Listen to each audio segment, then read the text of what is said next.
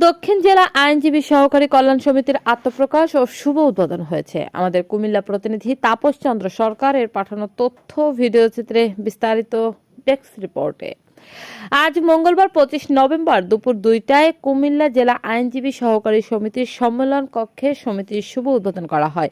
এই সংগঠনের কার্যক্রম পরিচালনার জন্য মোহাম্মদ আব্দুল হক মজুমদারকে আহ্বায়ক, মোহাম্মদ খোরশেদ আলমকে সদস্য সচিব ও মোহাম্মদ আবু তাহের ফরাজিকে অর্থ বিষয়ক সম্পাদক করে 3 সদস্য বিশিষ্ট আহ্বায়ক কমিটি গঠন করা হয়েছে।